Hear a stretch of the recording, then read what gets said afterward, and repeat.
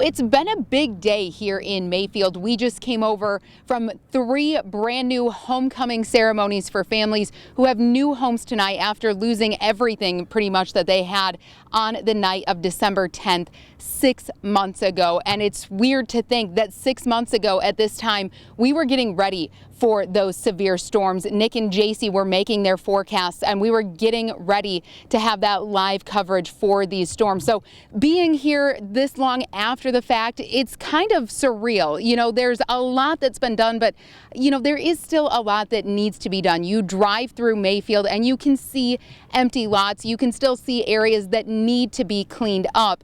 But we don't want to take away from what all has been done. And that was something Governor Beshear touched on today, too. He was in Mayfield this morning for those homecoming ceremonies.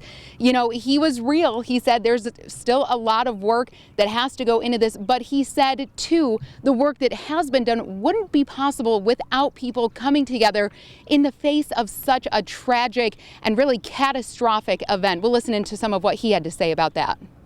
How about the fact that the world and this country stopped arguing about stuff for months, if not more, to come together to do God's work, to help lift people up, tell them they mattered, and that we love them. Now, also this morning, it was pretty exciting because Governor Beshear gave $15 million from the Team Kentucky Relief Fund to Mayfield Electric because really they've been working overtime. You know, when we were here 6 months ago, the city didn't have power. Today it does.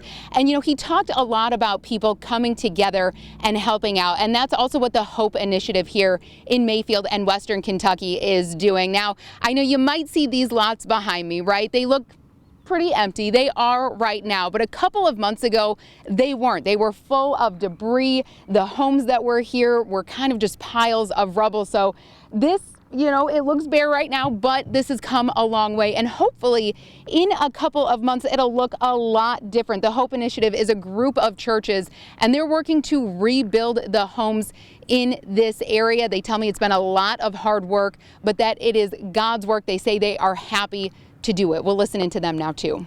The area of 10th Street in Mayfield had some of the worst storm damage.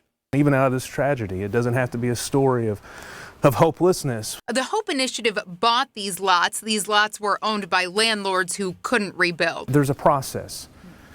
Anytime you rebuild, there's a process. There's actually a tearing down that has to take place before you can build back up. The Hope Initiative is a group of churches who want to rebuild.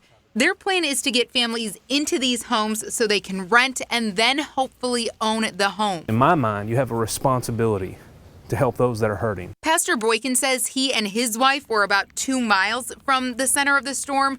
He says Mayfield has to hold on to hope even if and when it's hard. I think many of us are tired 6 months after the fact. And so I would encourage everybody just to look up, to hold on, to be patient, to do what you can, and trust God to do what you can. Pastor Boykin does say they hope to break ground soon. He says they've gotten a lot of donations and supplies, so he says they are excited to put those to good use. And speaking of donations and supplies coming in to Western Kentucky here, Governor Beshear also announced today more than $90 million has been raised to help folks out here in Mayfield and in Western Kentucky. And you know, I do want to know, I talked to a lot of folks, not necessarily even on camera, who were here the night of those tornadoes and are still trying to rebuild. You know, some of them tell me they feel like they haven't gotten much help or seen a lot of things going into action. So again, Mr. Boykin, Pastor Boykin, I should say, you know, says it's not an overnight process,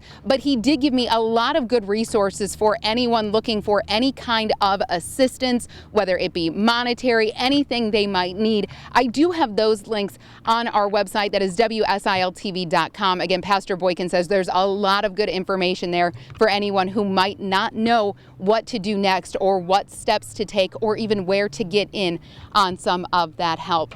For now, reporting in Mayfield, I'm Julie Williams for News 3.